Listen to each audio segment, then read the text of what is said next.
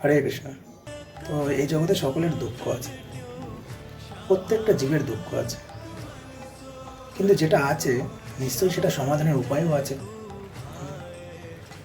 দুঃখটা সকলের আছে, তাই আমাদের সকলকে একত্রিত হয়ে দুঃখ নিবারণের উপায় খুঁজে বার করতে হবে।